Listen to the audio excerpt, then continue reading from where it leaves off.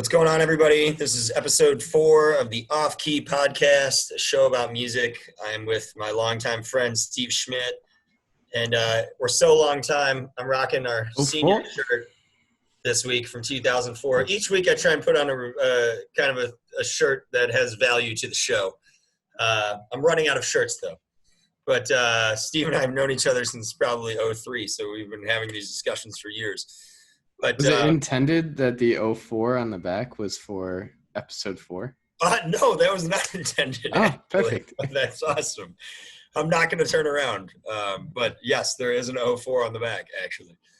So, but we've got some things to talk about this week. We've got a little more structured format we're trying to bring this week, but not too structured to try and keep it a little shorter and easier for your ears to access. So, Steve, do you have anything you want to add as we jump in here? No, it'll just make it longer. All right, dude. So what'd you do for homework this week? So homework assignments. So I started with the Perfume Genius, that album that you were talking about a lot last week. Yeah. And as I was listening to it, I didn't have a whole lot more to add. That was very interesting. I feel like a lot of the tracks that we liked were a lot of the same. On the Floor, to me, was probably my favorite track off of it. Okay. Yeah, that was like the more upbeat kind of, almost had like... Yeah, it had like a dance beat to it. Yeah. But there's a lot of instrumentation in the album that was kind of, it was pretty lengthy and it kind of went... It's all over the place, dude. Yeah, It was a wild album. Like I said, I had a long car ride, like an hour drive, so it was very interesting to... have the whole hour to kind of soundscape through most of the album. Yeah, and I think you need to commit that time to it. I think it's an album that deserves a lot of attention, and I think you need to kind of give it repeated listens to really get what is all inside of it. Yeah, I listened to it pretty much like twice, but having the car ride, like when you have a car ride and it's just you, and you can listen to a whole album, like you can give when it's just you and wherever you're at, whether it's your room or your car, but if you give an hour to an album, even if you don't get through the whole thing, you can get a lot out of it for sure and really get a good understanding, I feel like, of whether you like it or don't like it, but you can get a good understanding of what's going on within the album itself. Yeah, and it was definitely something that was really interesting. I failed to be able to distinguish a lot of the different songs from each other as they kind of all blended, at least.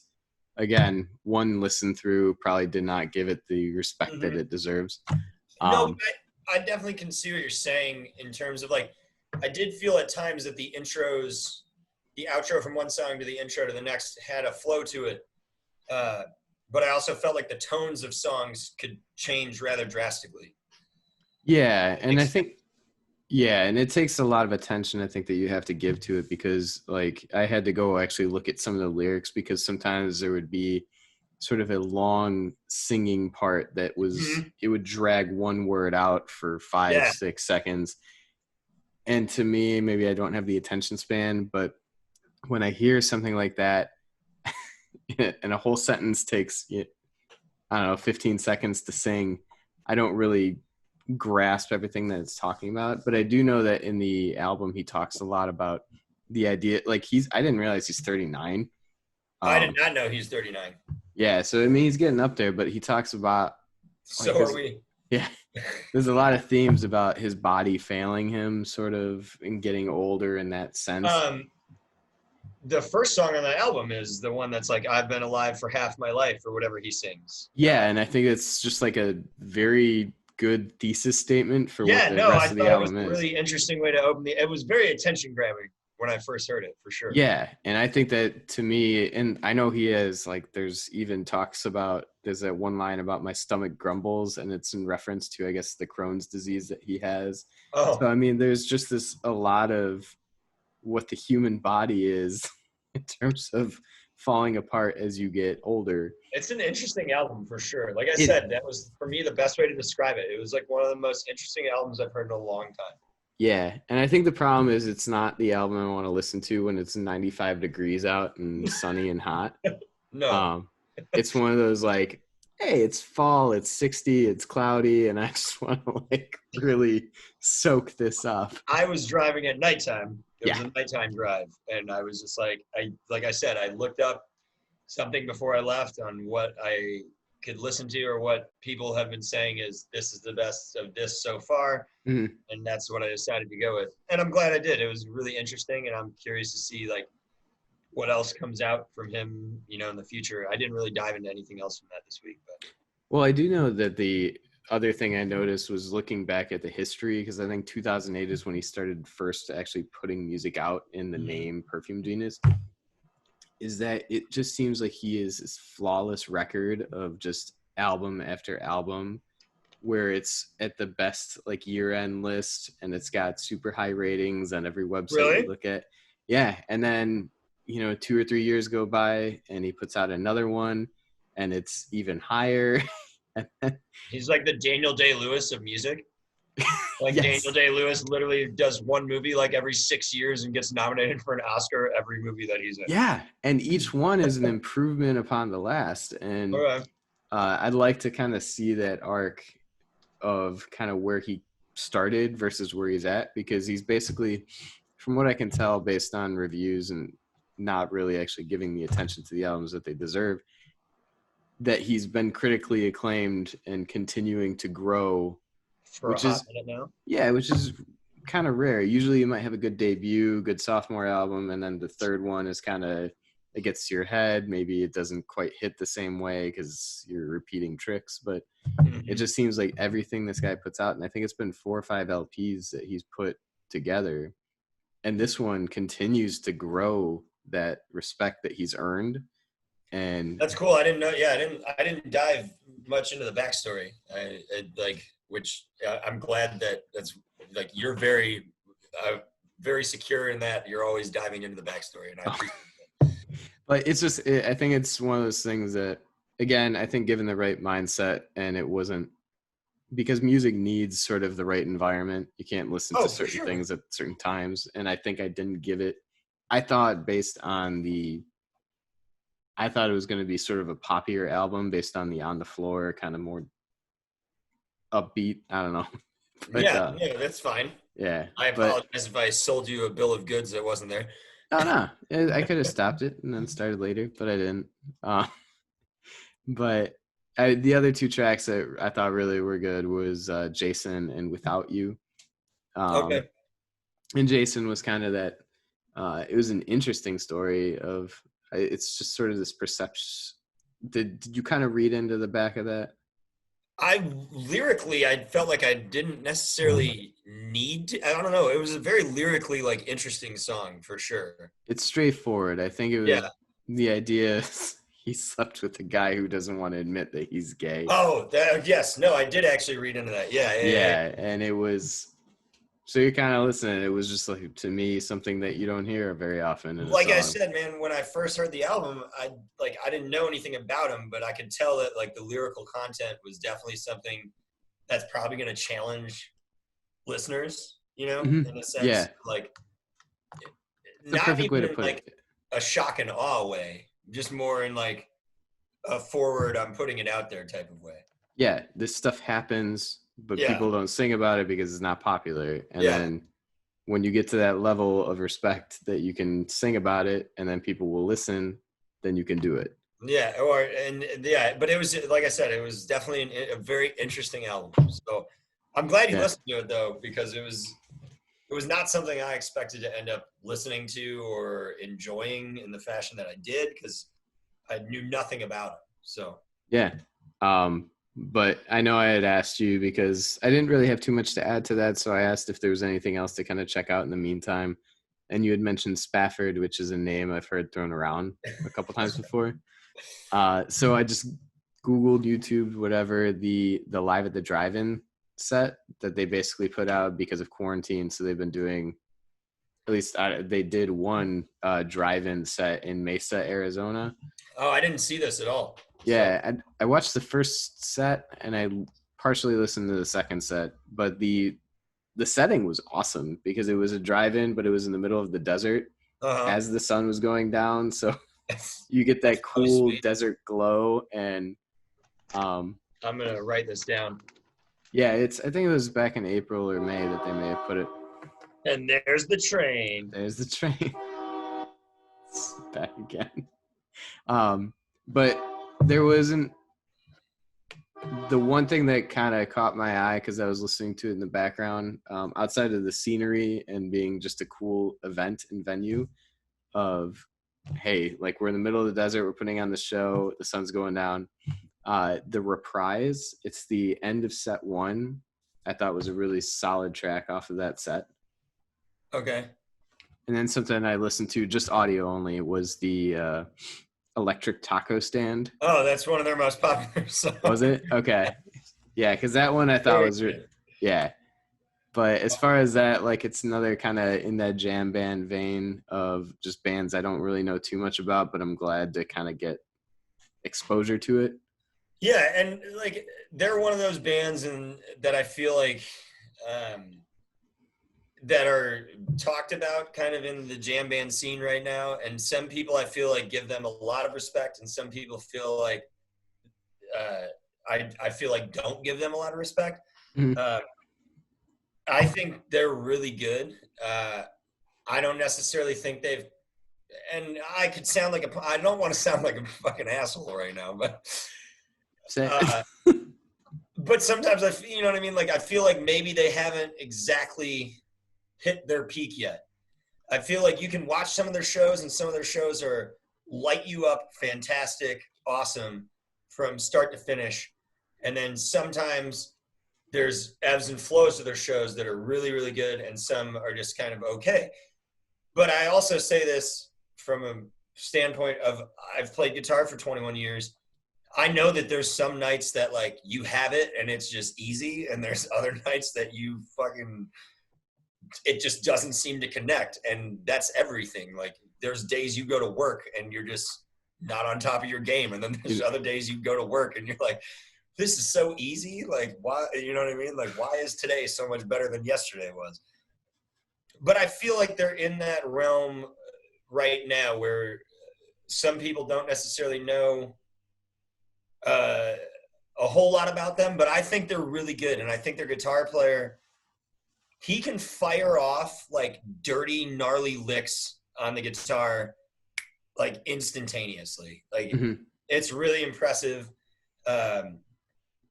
He doesn't necessarily need the warm up sometimes. Sometimes I feel like he can just be like, if he wants to throw one gnarly one down, he can throw it down real quick. And maybe that's what was happening, because in the first set they basically had, and again, this is quarantine, so they probably hadn't played too many live shows together. They don't have that gel, that rhythm, that whatever, of being together in the same room.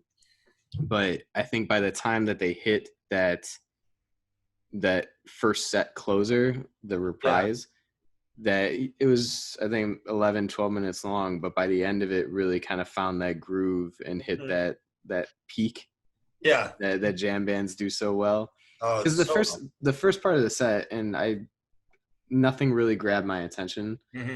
But by the end of it, maybe it was, they just kind of found that rhythm that they were looking for, and they started to gel. But I'll definitely give them more of a chance, and I kind of want to go back and revisit that set.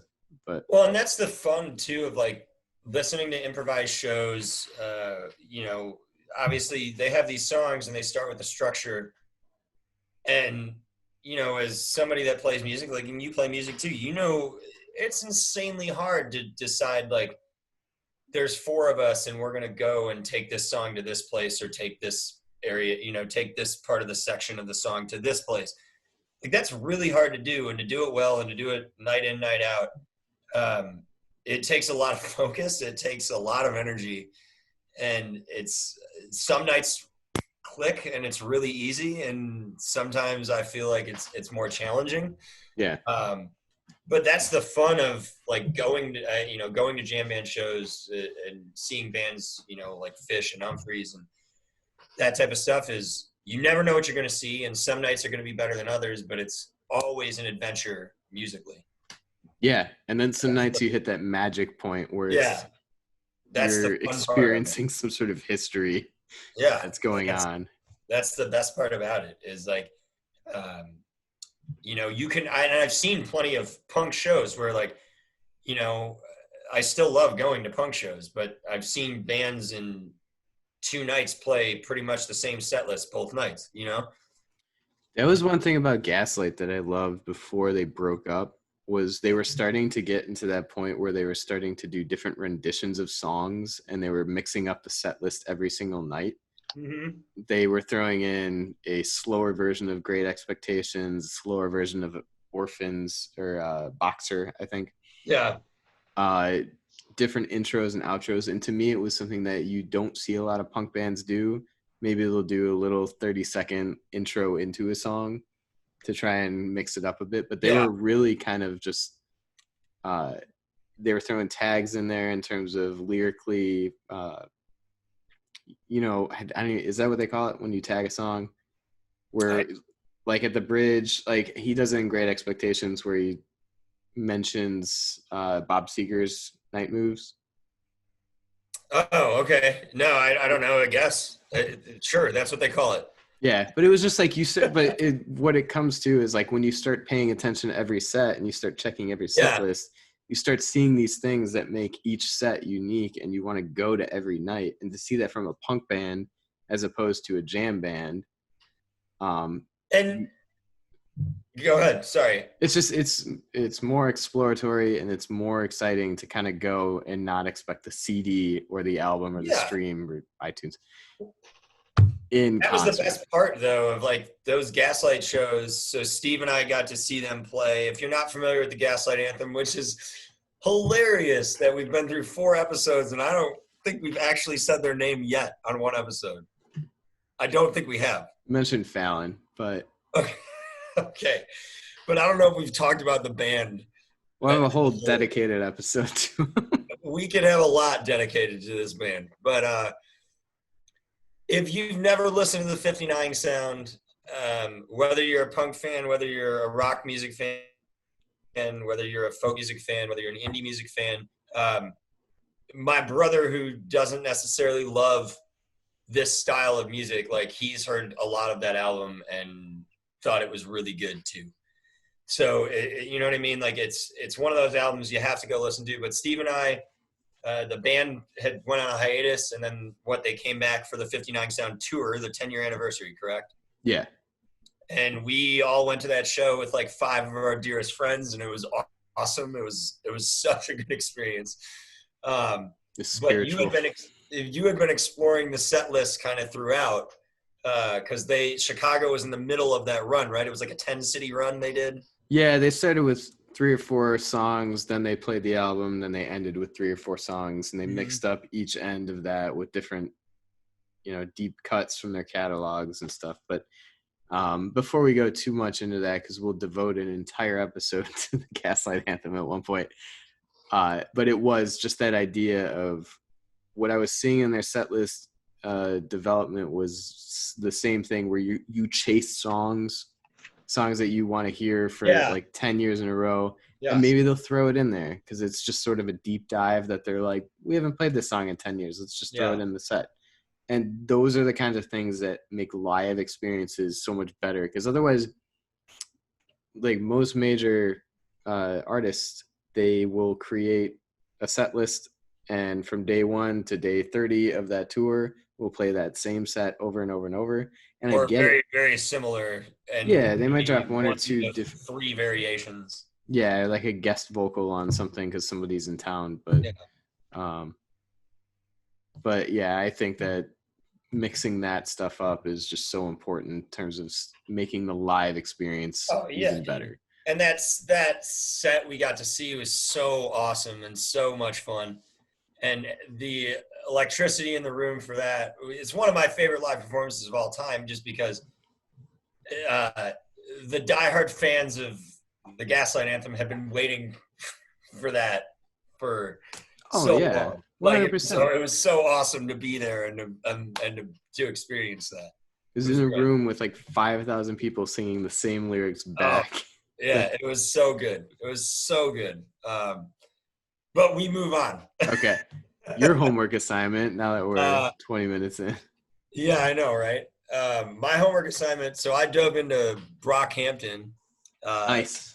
The Saturation 2 album. Good. I didn't I almost finished the entire thing, and I went back through it a little bit today.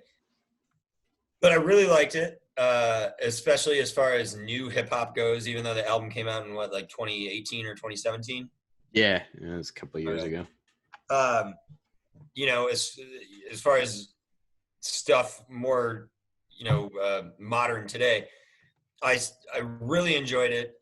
Some of the things I'd written down real quick, I had just written down.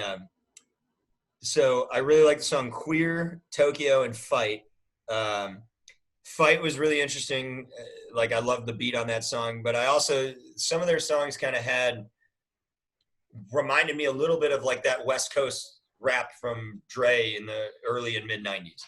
Okay. Which is what I really enjoyed. I was like, oh man, this is awesome. Like these beats have a lot of melody to them. And it was cool that not every rapper raps on that track. It changes throughout. And I did a little research into the band because I wanted to know how many rappers there actually were. And from what I understand, there's really only 6, I guess, that you see on stage that like actually perform.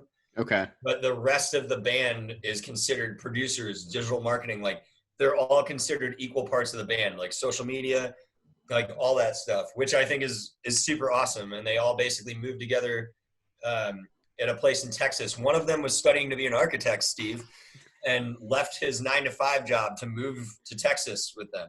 Maybe that's my. Another had an auditing job at like a bank or whatever, and literally left his auditing job, to join this group. And so that's awesome. I think it's anytime you see people going balls out towards their dream and getting after it and achieving that is always something to be respected and admired. And that's really, really, really cool that this group that considers themselves like 14 or 15 people deep doesn't consider any one person above the other. And they're also making, on top of it, they're making really good hip hop music. Like you go listen to those tracks, like a lot of them are really, really, really, really good.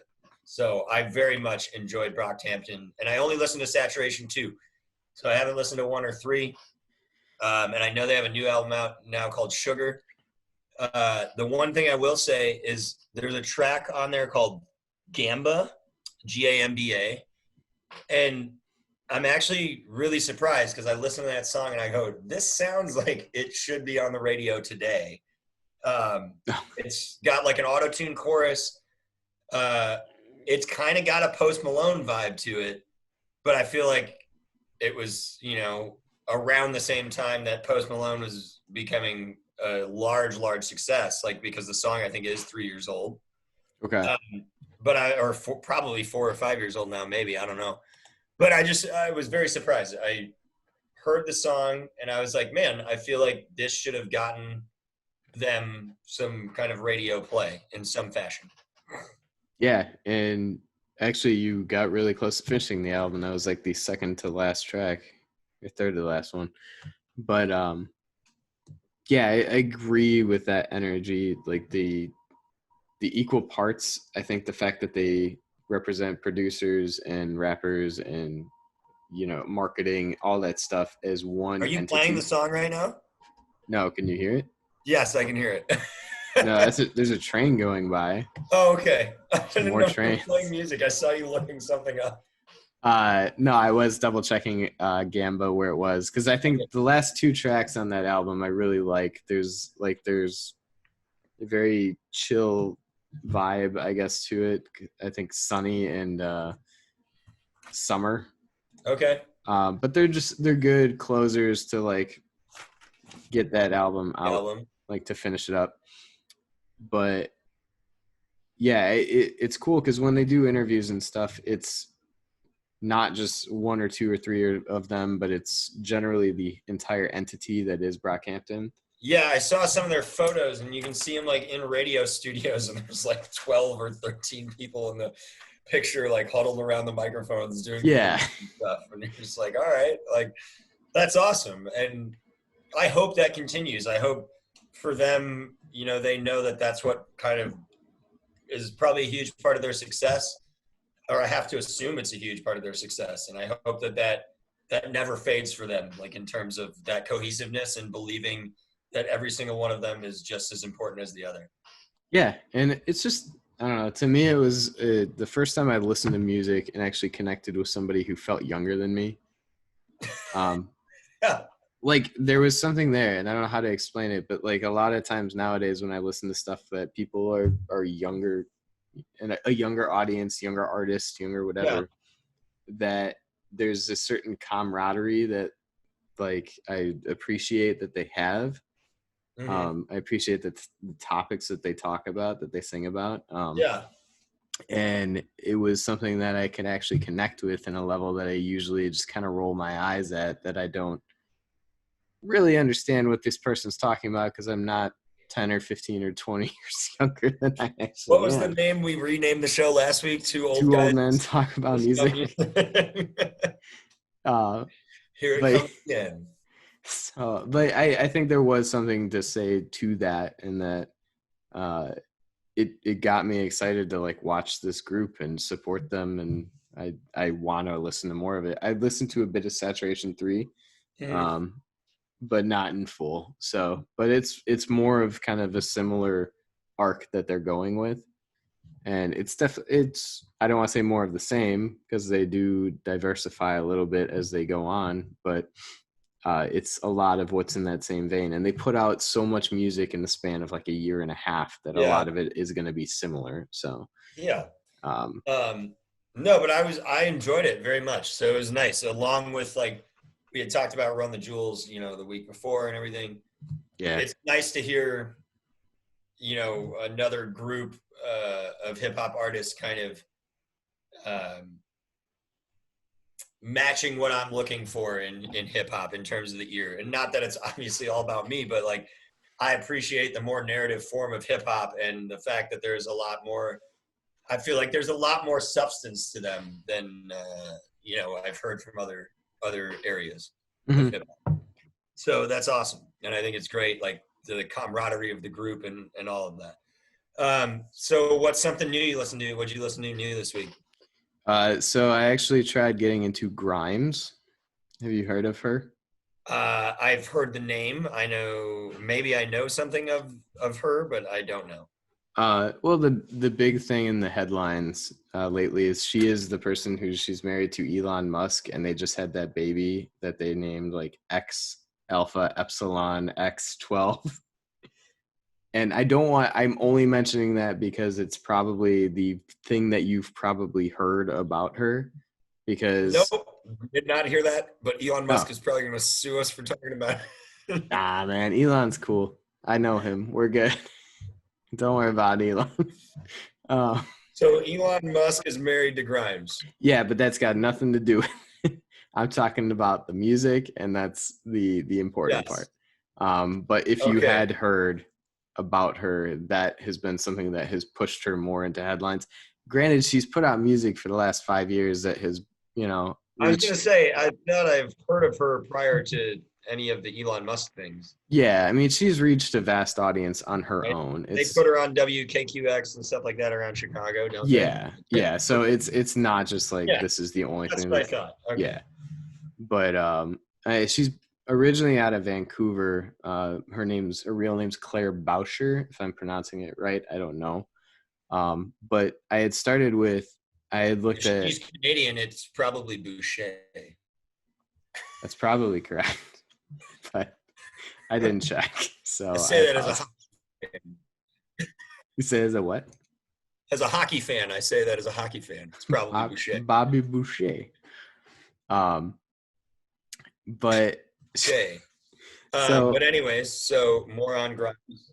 Well, she had put out an album this year called Anthropocene, which we'll get to later. But I know one of the things that had always intrigued me was I'd seen the album art for the album Art Angels, which is what she put out about 2015.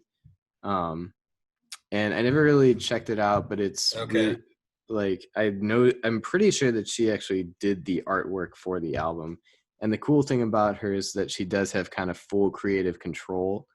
And one of the big things that I think when that album came out was that she would be in recording studios and engineers wouldn't kind of let her work with, mixers and panels and everything. and then a male artist would come in and they'd be like, yeah, go nuts, like touch, like, and so that kind of drove her to be more independent and kind of like do these things on her own, do her own production. Really interesting and really shitty. Oh yeah, but I mean, unfortunately, that's probably it's probably true. Yeah, but as a result of that, she became self-taught in guitar, drums, ukulele, keys, and violin. That's awesome. I didn't know any of that. Yeah, and so I mean, this is somebody who, to me, has a very, very strong vision of what she wants her artwork to be. Mm-hmm. And which it's cool because it's cohesive across the board, and it's somebody who, from the album artwork to the songs to the beats to the lyrics, like to everything that goes into it, she has a hand in. So I think that was something that I found intriguing about it. But even the album, I want to say there's sort of like this Eastern influence to it, in terms of this is on the Art Angels album, right? Yeah, and I don't know if it's even a phrase, but the term art pop comes to mind. So kind of knowing those things going into it, like, and it's really interesting pop music. And I think that there's just a lot of layers to it. And like one song on that album is called Scream. And I'm pretty sure the entire song is in Chinese. I think it's Chinese. I tried to check to make sure it was the right language, but it was, it's a whole song on an album in English that's all Chinese. But the three top tracks from that one that I liked was California, Reality, and World Princess Part 2. But there's kind of, I'd say Eastern influence in terms of, I think that there was kind of, I don't know, maybe it's more towards the visuals, but it just... Is there like sitar on the album? No, I say it more in terms of like, I don't, again, I'm trying to get my geography correct, but like... You're doing great. Trying to toe that line. You're doing great. But I'll just kind of stop going down that. Because I'm gonna get it wrong. But either way, Art Angels, I really enjoyed. I thought it was very creative. I thought it was a new take on pop that really kind of messed with some of the typical song structures and the typical pop tropes, but still fell into that same playground. That's cool. That's exciting. Yeah, but the thing that kind of got me into Grimes in the first place was realizing that she had put out the new album this year called Miss Anthropocene. I think I'm pronouncing that correct, which is a pun because it's the combination of misanthrope with Anthropocene, which the definition of misanthrope is a person who dislikes humankind. And an Anthropocene is a dominant human age impact about like climate change and how we're basically destroying the world. But I wouldn't have gotten it had I not done the research about it. But basically the concept, it's a concept album in a way, I guess, but it's about the new gods is how she describes it, and how each song represents a new god of the new age. Kind of the same way that Greek gods had gods of war, gods of whatever. Like in this one, each song was representative of a different god, like whether it was the demon of gender, addiction, gaming. Hold on 1 second, dude. We're losing it hard right now. Okay. This sucks. Give me 1 second. I'm going to try and... We're going to follow me on video for a moment as I work closer to my router to establish a better connection. And this is part of the problem with modern technology. I can hear you fine. You can hear me fine, but I could see my my connection on my router not being great. And I was also wondering if it had an impact on how I was seeing you. So you were discussing Miss Anthropocene is what you were discussing, and the different gods of the album. Yeah, it was basically a concept album in terms of like every song is supposed to represent a different sort of new age god or demon. Mm-hmm. And from checking the lyrics, I wouldn't have gotten that from just reading it, but kind of knowing the backstory and kind of wanting to see all of that full album artwork to kind of really get the backstory. But the one that really kind of tickled my fancy was the last track on the album is called We Appreciate Power. Uh-huh. And it's a song about the goddess of artificial intelligence. Okay. Which is basically how we sort of worship and we give our power over to artificial intelligence. And as we approach that general artificial intelligence and move into the age of super artificial intelligence, and I started like really digging into the lyrics and how it talks about Rocco's basilisk, which is the idea that I only preemptively laugh because regardless, I don't know what the basilisk, I don't know what that is. Well, the Rocco, the concept of Rocco's basilisk. Because for those of our listeners that are unaware, Steve has earned the nickname Robot Steve for a reason, because he is deathly afraid of artificial intelligence and robots. And I don't blame him for being so in any way, shape, or form, because the age of artificial intelligence is obviously dominating us, and it's here, and it's wild. Oh, yeah, we're full blown in it. But Steve's fear of it, he allows to boil over sometimes in his regular life. It's very frustrating for him at times. So that's why I could tell where he was going with this whole album. And that's why I was preemptively laughing so much. So I apologize. I wanted to explain that to the listeners why I started cracking up. Well, I'm glad. There's a little backstory to that now. So the AI of the We Appreciate Power, the goddess of artificial intelligence. Yeah, I mean, the concept of Rocco's basilisk is that AI will reward the people that supported it, and then the people that denounced it, who knew about like artificial intelligence rising, will they will be killed and then resurrected and tortured by the artificial intelligence because they're smart enough to be able to resurrect you. And then the idea of the basilisk is that once you know that it's a possibility, then artificial intelligence knows that you know it's a possibility.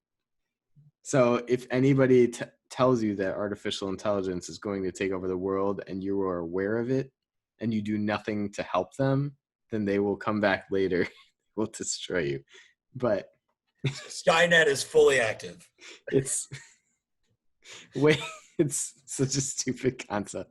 But either way, that's like the album closer. But what I really liked about it was that it was this idea, sort of like the new gods, is very similar to Neil Gaiman's book American Gods, which talks about sort of the new things that we worship as Americans, as a human race, as opposed to like the old standard religious groups. So each song that she dedicated to sort of this new idea and kind of exploring that in an entirety was really unique. The music was a lot darker and it was a lot less poppier and upbeat than Art Angels. Okay. So it was a little less accessible, I think, but it was still an interesting album to listen to. No, that sounds actually like, I'm very intrigued by the whole concept, especially like the AI stuff and writing it's a very new age approach to take to a concept album, Yeah, and when you start thinking about the different things that teenagers nowadays kind of worship in terms of social media and like technology, it's just a cool take on it. So yeah, but I'm definitely interested to listen to it for sure, especially the We Appreciate Power song that you just talked about. Yeah, so I mean, I hope it doesn't haunt your sleep tonight. Oh, it will. But have you listened to anything new or? So I made a post about it on our Instagram at Off Key Podcasts. I was looking up like best new bands of whatever, and it was like 2019, and somebody had mentioned this band. I believe it was from. Uh, they're from the UK. They're called the Ezra Collective, um, and it was awesome. I hadn't had anything catch my attention like that in a while. They're a jazz ensemble, and the name of the album is called "You Can't Steal My Joy," which I also think is a great name for an album. But the whole album, you can obviously hear the musicianship on there. Like, these guys are exceptionally talented. If you're unfamiliar with, if you listen to our show and you're not super familiar with music, generally speaking, if you play jazz, you're a better musician than everybody else who doesn't play jazz. I don't know what makes generally how it works. Yeah. Like, if you play jazz music, you're better than everybody else. And I'm fine with that because it's pretty much true.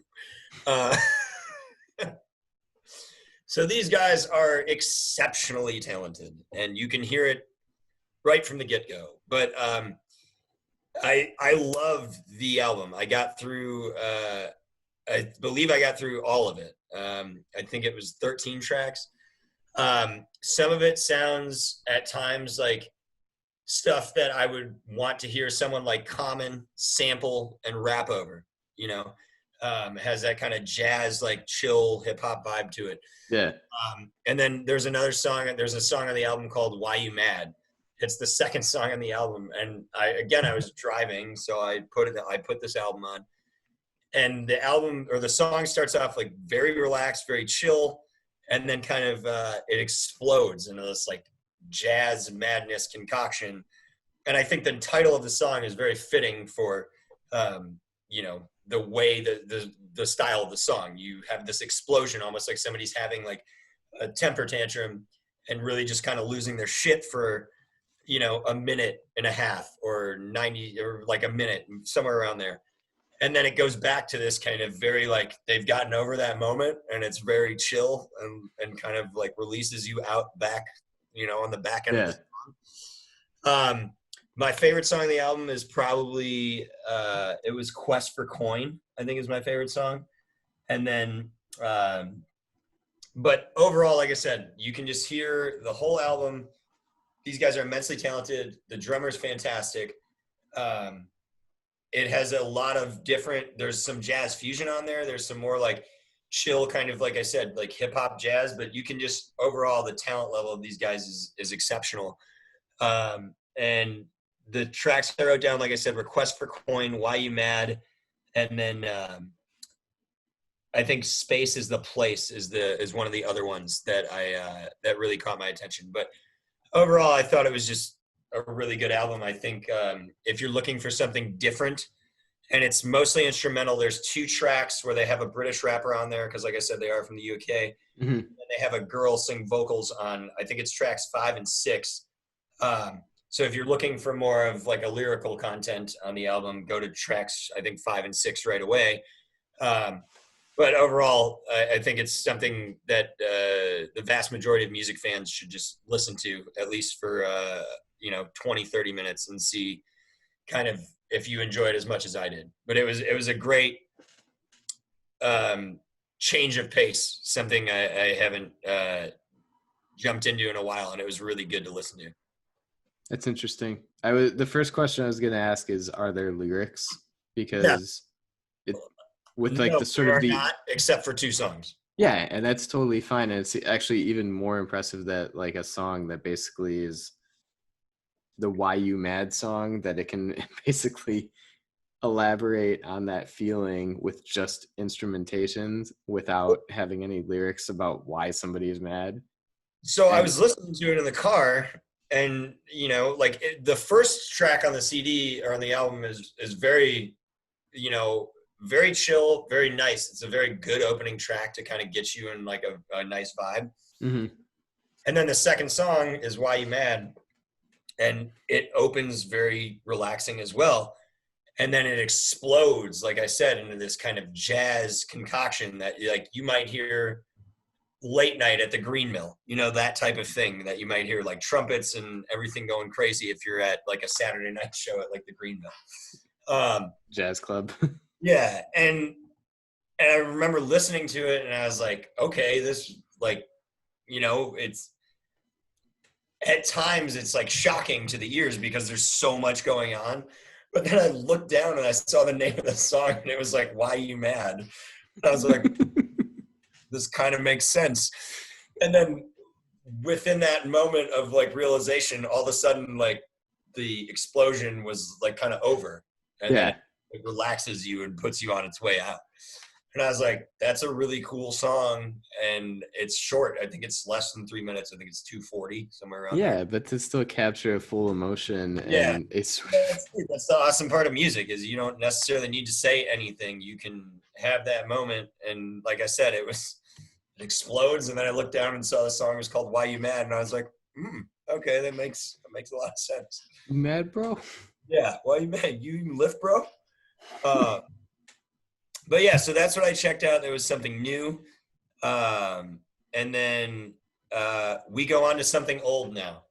So what did you check out that was something old? So something, I guess you can call it old at this point. Now it's getting 20 years. A band I've heard for a long time or known of was the Weakerthans. Okay. I don't know. I've never heard of them. So, all right, they're from Winnipeg, but it was somebody. I actually reached out to Jake. Canada. I actually reached out to Jake Stern because what happened was I was listening to the Fleet Fox album, Helplessness Blues. Okay. And then a song on there somehow reminded me of the song I had heard on like a Pandora radio, and it was called A Plea from a Cat Named Virtute. And I remember thinking it was a really interesting song, so I went and I checked them out, and I really dug into Left and Leaving and Reconstruction Site. And honestly, like I hate showing up 17, 20 years late to the game, but these are two of the best albums I feel like I've ever heard. Really? Yes. It's called Left and Leaving? My favorite of the two was Reconstruction Site. But to me, it sounded like exciting though, dude. That's fucking awesome. I'm really excited about this. Well, because what had happened was because I live with what's that? And what was the other album? Sorry, say that again. Reconstruction Site, and what was the other album? Left and Leaving. Left and Leaving. So I actually, because it was something when I lived with Jake Stern in college, I remember him talking about this band, and I remember him saying how much he loved this band, but at the time I just never gave it the time. Yeah. And I actually texted him, and he's moving to Albuquerque, and I miss that guy so much.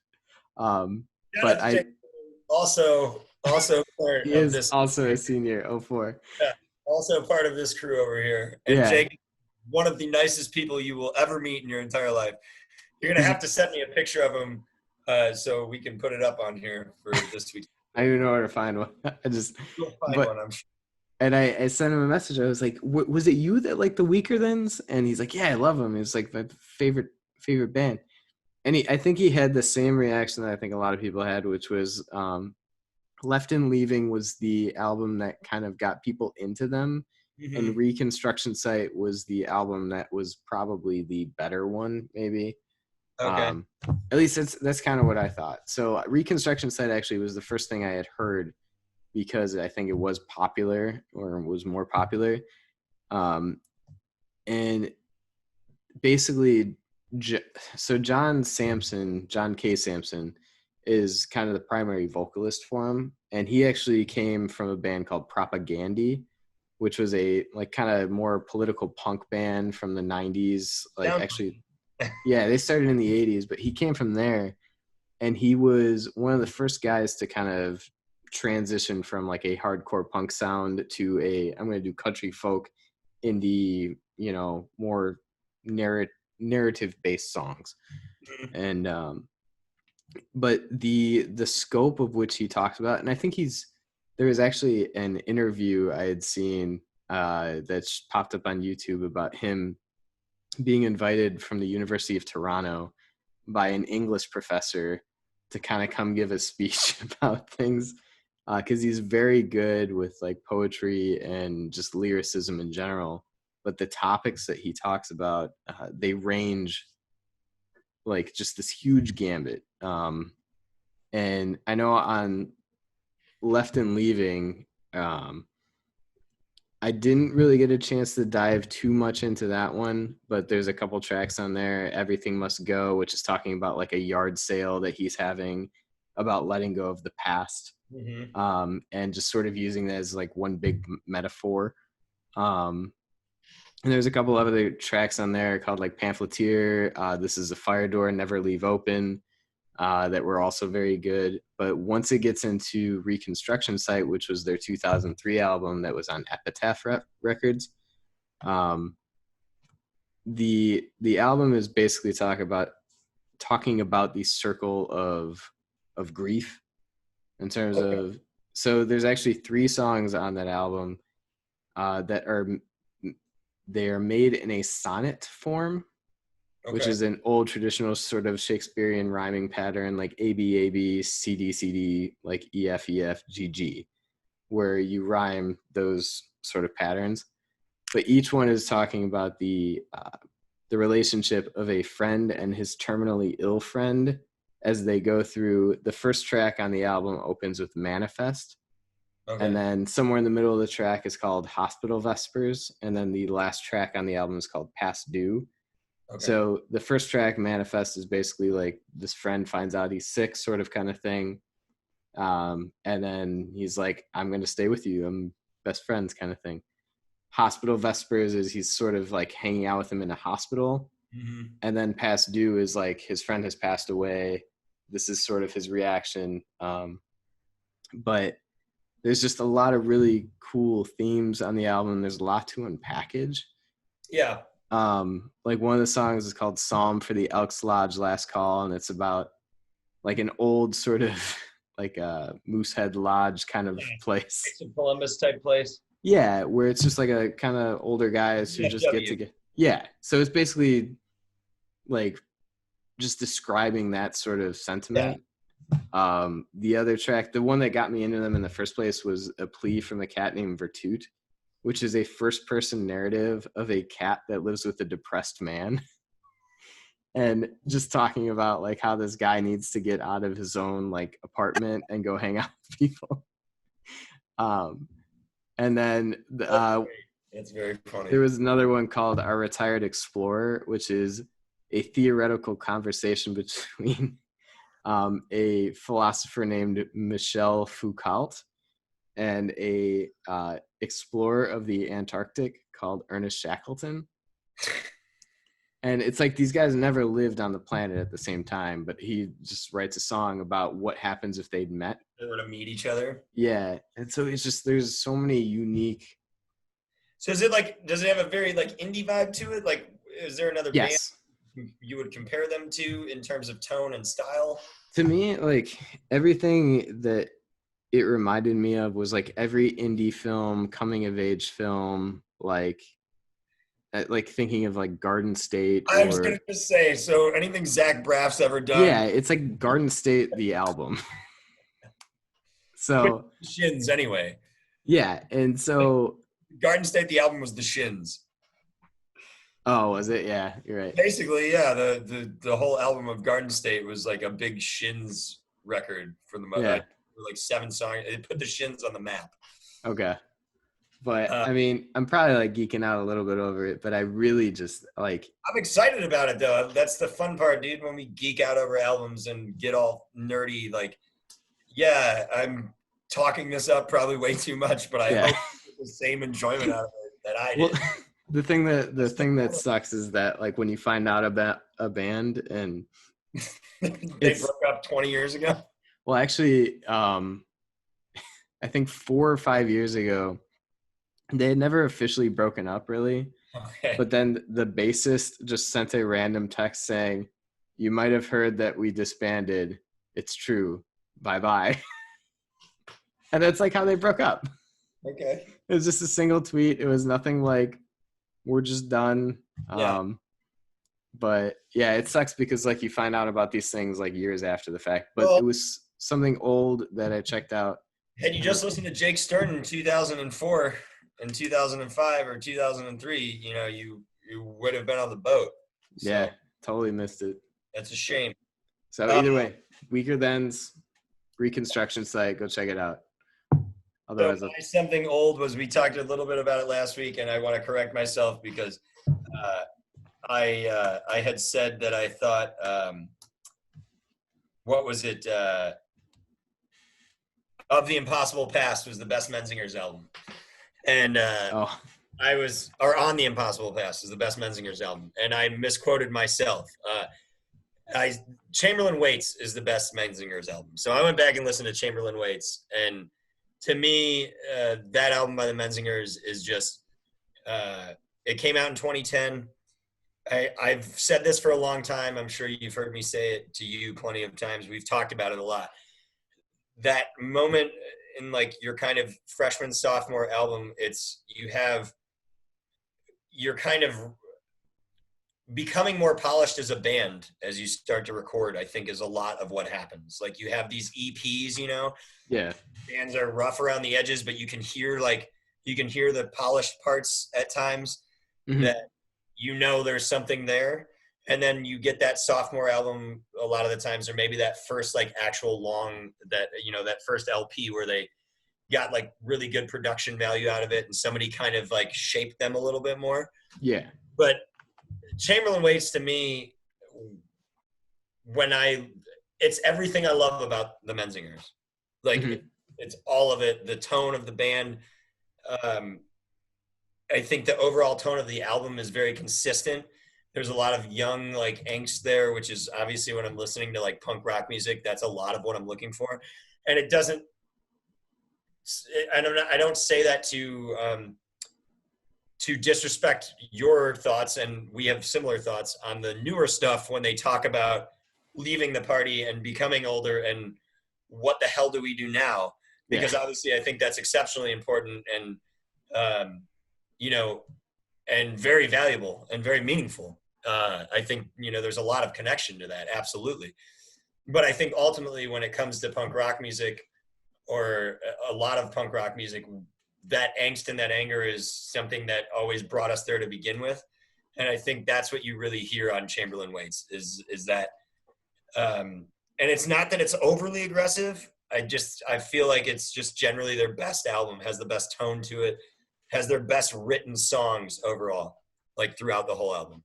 Yeah, and I think it represents sort of a moment of time where like when you're trying to get your feet off the ground, like there's an urgency to it. And I think that when you hear those early tracks, and like to me, Fall Out Boy's Take This to Your Grave comes to mind, where it was like, we need to get something out, we have something good going, like let's like hammer it out. And that to me is probably, and again, I told you earlier that I haven't actually heard Chamberlain Waits. I've heard everything after. But now, because you're the one that got me into the band. I know. And so now I feel like such a fraud, and I have to go back and actually listen to this. This guy's a phony. He's big fat phony. But it's something I'm definitely going to go back and take a look at now this week, because the fact that I haven't heard this and now that I feel like I'm missing out is something that I need to love it. I think it's awesome. And along that same road, like we talk about, I think the 59 sound fits in that. Yeah. Where you found this band, you could hear the rough around the edges stuff, but you could hear the polished stuff in some of their EPs and their demos as a band. And then the 59 sound, I think, brought everything together that they were capable of. And it was also the age they were, those moments, all of that. And there's a hunger to it, and people aren't watching it. Yeah. So there's nobody to kind of shape their perspective of themselves. Because I know when American Slang came out. That's very true. Yeah. And then so all of a sudden you have people actually paying attention to what you're doing and expectations of what you're going to put out. And all of a sudden you start listening to what other people are saying, and there's not that sort of internal drive that's pushing the album and the artwork. So, I definitely think, I'm like Chamberlain Waits, to me, it's just, there's so much raw quality there, driving that whole album. It's awesome. Yeah. It's something I'm kind of looking forward to now because I miss like finding those new bands as they're coming out. And especially because like so many times you sink a lot of effort and energy into a new band that you think is going to be the one that like, oh, these guys are going to take off, and then it just turns out they're not. But either way, I mean, that's part of the fun of diving into music is we all have those bands that we still love. But Yeah, and you just grab them by the coat strings and like hopefully take off with them, and it's really fun to be part of that, of this like band that you really like. yeah, absolutely, man. And watching them kind of, and it sucks because usually once they get up into that higher, they're not your band anymore. No, you're not. But that's part of it, and it's something you have to deal with. But like, it's also fun to see them bring that joy to that many other people. Oh, 100%. So, moving on, what is something else, movie, book, whatever? Was there anything else that wasn't exactly album related, I guess? So one thing we had mentioned twice in the last 2 weeks is the idea of the hi-hat sort of trap music trend that we've heard. So I kind of like but I'm intrigued. I did a little more digging around, and there was actually a YouTube video, and it was sponsored by PBS, and the name of the show, I think, is called Soundfield, and the name of the episode was Who Invented Trap Music. And it was kind of a deep dive into the history of trap music, which is those hi-hat triplets that you hear in basically every song. And like they kind of gave a bunch of different examples from like country music to like rap music, obviously, but it was interesting just because it's something that we consistently bring up as something that we don't like in today's day and age, and like where it came from, and understanding that the idea of trap music and the idea of trap, what it actually is, and kind of going back to the 90s, a trap was basically a slang for like where a drug deal is going down. I know. I actually did a little research into it and didn't actually bring it up on the show. The oh, really? Talked about it because like I'm curious too. I was like, excuse me. I was like, I need to know a little bit more about, kind of where these trap beats come from. And I know most of it, I feel like, was popularized in Atlanta, correct? Yeah, I mean that's where trap originated from. Yeah. It was kind of in the mid 90s between Goody Mob and Outkast was kind of the originators of that trap sound. Yeah. And really where it kind of came from was the Roland 808s, the drum machines that kind of came out way back in the day. Producers, it was supposed to mimic electronically what they thought a drum sound was supposed to sound like. Mm-hmm. But they thought like producers didn't think it was a good quality, so they basically threw all of them out. They ended up in thrift stores, and then all these kids who couldn't afford like really good equipment went to thrift stores and bought these things for real cheap to make basically like these beats for themselves. That's really interesting. That part I did not know. That's awesome. Yeah, and so that's where you kind of get this 808 sound, which is the hi-hat, that noise that we keep talking about, basically originated from that, as people just making beats in their house. And it really just kind of stemmed from just people making them at home, and then eventually it got caught on by like bigger named rappers, like T.I., Young Jeezy, and like Gucci Mane were kind of like the rap trinity of people who brought like trap music to the forefront. Yeah, and but really what it was the producers. Yeah. That were the ones that were kind of putting the stuff out there. And so like they're making the beats for these rappers, and then these rappers are saying, okay, I like this and I'll rap over it. Yeah. So, I mean, like DJ Toomp and Shawty Red were like two of the big guys that started this sound, but like then it got into like Lex Luger and Metro Boomin, who actually got more airplay. And actually something that was interesting that kind of they talked about was the producers were the ones creating this popular sound, like the trap sound. But they didn't get any representation until rappers actually started giving shout outs in the albums or like in their songs. Yeah. And that's what kind of put producers kind of at a higher level in the rap industry, as opposed to just rappers being the the fronting artist. But so I mean, that was just something that I, after mentioning it a couple times, just like actually understanding the history, where it came from, and kind of getting a little bit more respect for like that sort of. Oh, and that's awesome to know the history behind something and how it developed. That's great. And I think that's a really interesting story and cool story that like you had these very professional people being like, this doesn't actually sound the way it's supposed to sound. Let's get rid of this shit. Yeah. And people that wanted to make music that, saw an opportunity like, okay, this is affordable to me and I can mess around with it. Like, I think that's awesome. Yeah. So, you know what I mean? Like, obviously you play music, I play music. The biggest thing is always just like, are you having fun? Are you having fun playing music? Are you enjoying what you're creating? And if you're doing that, then that's all that really matters, Oh, 100%. I think that's usually, what great or popular things come out of is people doing something they love, obviously. And that's really cool that it came from kind of these drum machines that were discarded as no good. It's basically trash that people turn into some new now waves. One of the most popular forms of music on the planet. Oh yeah. Did you listen to anything? Well, I mean, so for me, it was extremely nostalgic as far as like watching something else. But dinner and a movie last week from Phish was Alpine Night 3, which I was lucky enough to be at. And if you know anything about Phish, the band, you know that their live shows are generally pretty impressive and epic and wild, and you never know what you're going to see as far as the set list goes and what they're capable of.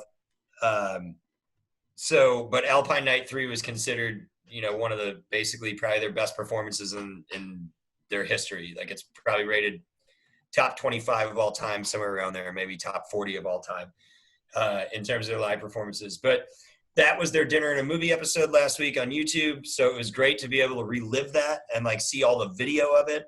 I have the show like downloaded, so I own, the show on my phone, and I can listen to it on the live Phish app. But, being able to watch it all over again and see, the best part about that show was how much fun Trey and the band were having. Like, you could tell there was like a nostalgia to that night, that set list. Like, they were doing things they don't normally do. They were playing songs they don't normally play. There was so much fun behind it and so much joy that they were having doing it. It was great to relive. And me being, what I would call in the middle of my fandom of Phish, for older fans that were there that night, that realized like in that very moment from like basically the second song when they played, what was it? I think it was Olivia's Pool that night. Oh. The second song they played that night, they realized some people realized like what we were in for. Yeah. Like these diehard fans realized that we were going to see something tonight that we might not see for a while. To be part of that and to experience that. And then I got my first Yem, which is considered like basically their musical masterpiece, which is You Enjoy Myself. Yeah. And the more you listen to that song, I think the more you realize like it is pretty impressively, musically created. So when they started playing it, I was like freaking out. I was like, oh my God, yes. Like I'm getting my Yem. It was awesome. But that was great, man. So if you watched Dinner and a Movie last week, it's no longer up anymore because they started their new Dinner and a Movie tonight, which I will be watching after we get done with this. But it was great to relive all of that, and it was an experience. The Saturday show was great too. And some people like the Saturday show more than the Sunday show, but the Sunday show had songs and moments that just weren't very common, and many diehard fans consider to be a performance that you probably won't see for a very long time again. So to relive that on Tuesday night last week was fucking fantastic. Yeah, and I still remember you coming back from that show basically just like ecstatic over it, and I just didn't totally grasp it because again I don't know Phish's as well as you or some other people, but obviously the 38-minute Ruby Waves song. That was wild. I know. Now, let me say this. To be fair, like, I don't think most people really care for that song. Like, it's a song, it's not even by Phish. It's from Ghost of the Forest, which is like a side project of theirs that just came out in the last like 3 years or 2 years. I didn't know that. Yeah. And so, like, the song is just okay, I guess, in my opinion. But, like, what they did with it and how it kind of took shape in that night. Because I remember being on the lawn that night and, like, it just kept taking these crazy ass directions, like, throughout the song. It had, you know, these little dark moments and these, like, bright reggae moments and, like, just going crazy with it. And there were times where you just turn to the person next to you and you're just like, holy shit, like, this is still happening. Now it's going this direction. And as much as people love music, I don't necessarily know, unless you've played with people live, I don't know how many people really understand, like, what it takes to be able to do that. And to improvise and to go so cohesively for so long at such a high level. And it's not to say that it's always perfect or always incredible. Yeah. But to constantly be doing it and pushing yourself in that way is so damn hard. Like, I've played, you know, with friends where we jam and you have these 5-minute moments where you're like, everybody's in sync and you're like, this is the coolest shit ever. This is awesome. I know exactly where this person's going to go. They know exactly where I'm going to go. And you're just in that moment. And it's the sweetest thing on the planet. It's like an indescribable feeling. And then literally within a matter of seconds, that feeling can go away and everybody is lost. Yeah. Like, so to be able to do that for such a long period of time, and like I said, not to say that all 38 minutes were perfect or, you know, amazing, but there's 15-minute sections of that or 10-minute sections that are mind-blowingly good. And you find that in so many jam bands, and it's so hard to do. And I get why people struggle to dive into it because it's not what they're used to, and I understand that. But I think if you've played and tried to play with people and done the live thing before, you realize how incredibly difficult it is to do something at that level. Yeah. And so, I mean, it doesn't matter really what the song, I mean, because it starts as Ruby Waves, whatever. That's the first 3 minutes of the song. The next 35 minutes is basically a transformation. Yeah. And it ranges from different keys to different rhythms to different whatever. But it's where they go with it. So it's just a launch pad to wherever they want to go. But I listened to a majority of that set just because I know you kept recommending it. Pounding it into you ruthlessly via text message. Yeah. But it was good. And I mean, even as somebody who doesn't know all those songs, I mean, Swept Away, I love hearing that song. The Iculus is always just funny. Well, and that was like in that moment too, that night where you realize like how much fun he was having. Yeah. And he's drooling on himself. It's pretty wild. There's this story that was posted in Addicted to Phish, and I'm going to try and make this as quick as possible. Addicted to Phish is a group on Facebook where obviously Phish addicts unite and talk about the band and post things and complain about the band because people love to complain about the band, which is the funniest thing ever. This guy posted this last year, right after Alpine Night 3, and it's one of the coolest things I've ever seen in my life. So Trey talks about in Iculus, like, read the book, read the fucking book, read the book, read the book, right? He says that, you know, the helping friendly book. So there's a fan that posted in Addicted to Phish last year a picture of him on Saturday night, finally after the show ended on Saturday. He had been on summer tour chasing the band, trying to get a copy of the book checked out of the Vermont library where they all went to college. And he found this book, like this guy did, and thought that this might be the book that Trey's been talking about for years. So he like did his research on it and everything, and he got the book himself. Like, you know, he found it in the library and everything and took it out and kept it. And so Saturday night, he finally, and he has pictures of it, and it's crazy. He hands the book to Trey, and the book is just simply called The Book, I believe is what it's called. But it's kind of a very existential book about being and finding yourself, you know what I mean? Okay. And so he chased Trey down basically all summer tour, trying to get into the pit at shows and trying to get him this book. And he got him that book Saturday night, and then Alpine Night 3 happened the following day. That's amazing. And I am a very firm believer, after reading this post and seeing what this kid posted, I'm a very firm believer that that gentleman had a lot to do with what we saw on Sunday night. That's amazing. I firmly believe that. It's wild, but I know it's crazy, and I know people that aren't into Phish are probably thinking like, this is the dumbest shit I've ever heard. Like, and that's fine, whatever. Yeah, I don't care. I'm glad I heard that story. That's amazing. I can tell you a little bit more about it later on off the air, so to speak. But I really think this random ass fan getting the book to Trey on Saturday night is a huge part of what we saw on Sunday night. I think it's why he played Iculus. I think all of that is behind it. Nice. Yeah. So that was my old thing. I'm glad I got to relive it. It was awesome, and I can't wait to see Phish again at some point in the next year. Or two.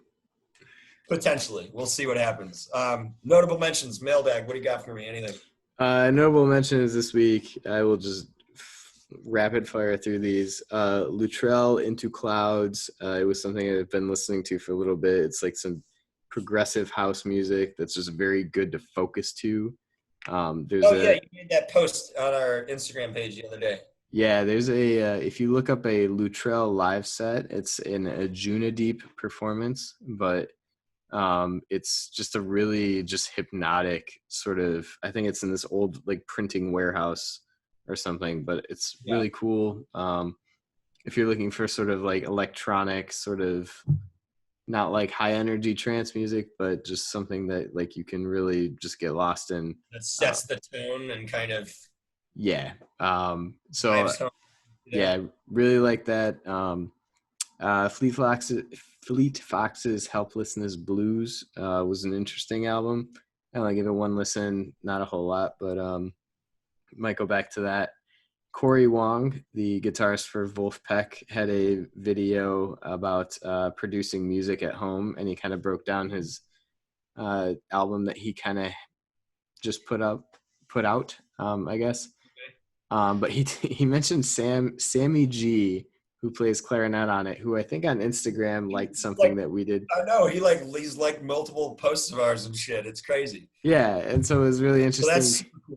Yeah, he calls out. He's like Sammy G on clarinet on this song, but it was actually his sort of his excitement for music and his joy of music and creating music.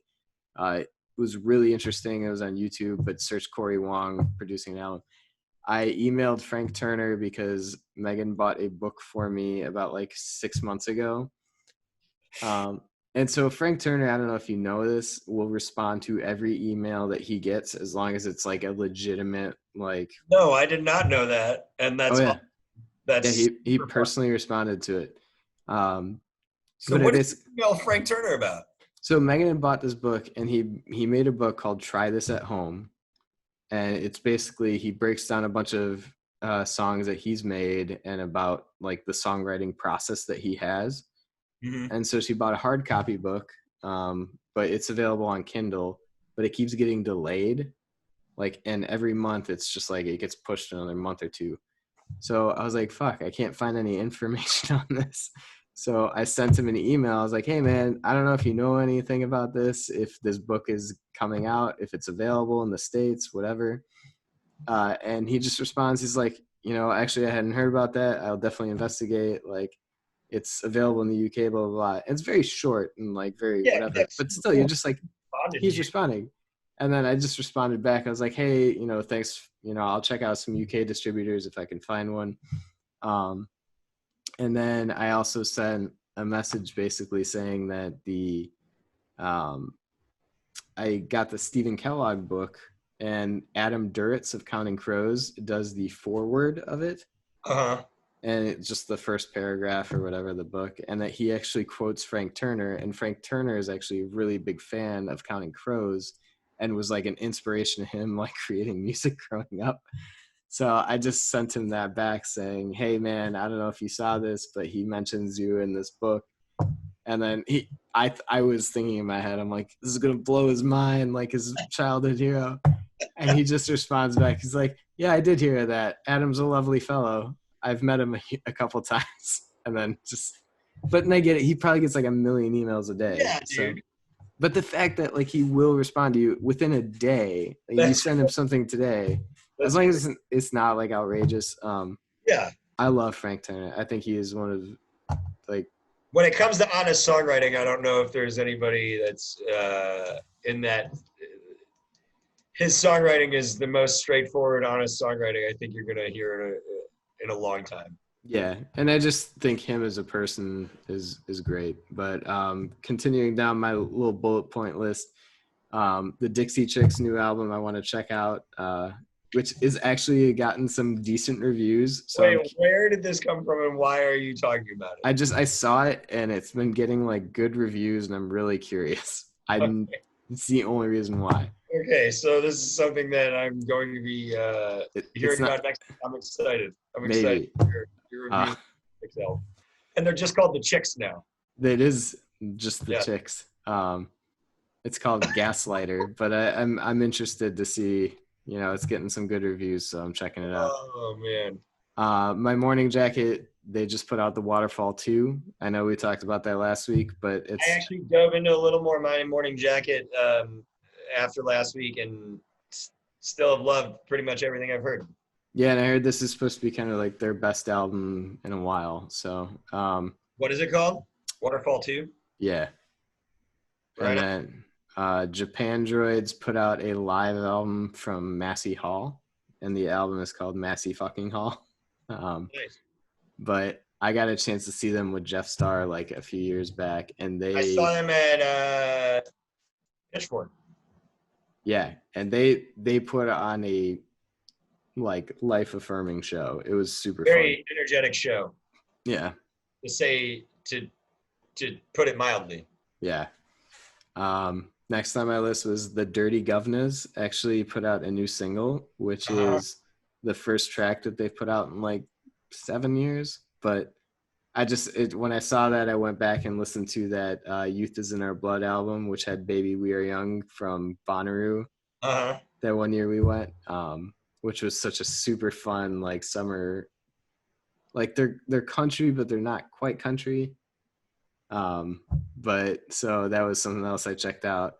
Megan has introduced me to Daddy Yankee, which is a Spanish star who I've never heard of, but has a gajillion followers in the world. Yes, he does. But so I kind of got into reggaeton, I think is what it's called, the style of music. Shout out to Megan for getting Daddy Yankee mentioned on the show.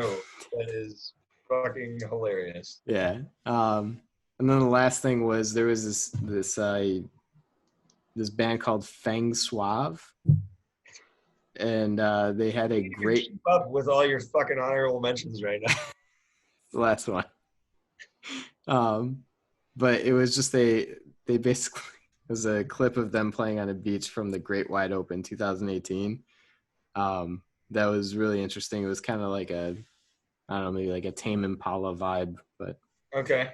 So that's it. I also watched the first episode of Hip Hop Evolution, and I loved it. So shout out to Ed for recommending that. Well, due to the length of the show, which I'm sure is over an hour and 10 now. Oh God, yeah. I'm almost positive it is. This is their longest one. Yeah, I have no honorable mentions. I have nothing else to add to the show. But we really do appreciate anybody that's listened or caught it. As you can tell, we're still having a lot of fun making it, and that's all that really matters to us. And we're having fun talking about new music and discovering new music. So we appreciate you guys hopping along with us and doing that. And if you have recommendations or things you want to tell us about, by all means, please do it via Instagram or YouTube. We appreciate it. So anything you want to add before we bust out of this super long episode, Steve, that wasn't supposed to be long? No, I'm going to go to bed. All right. Good night, everybody. Thanks for joining us. We appreciate it. All right. Night.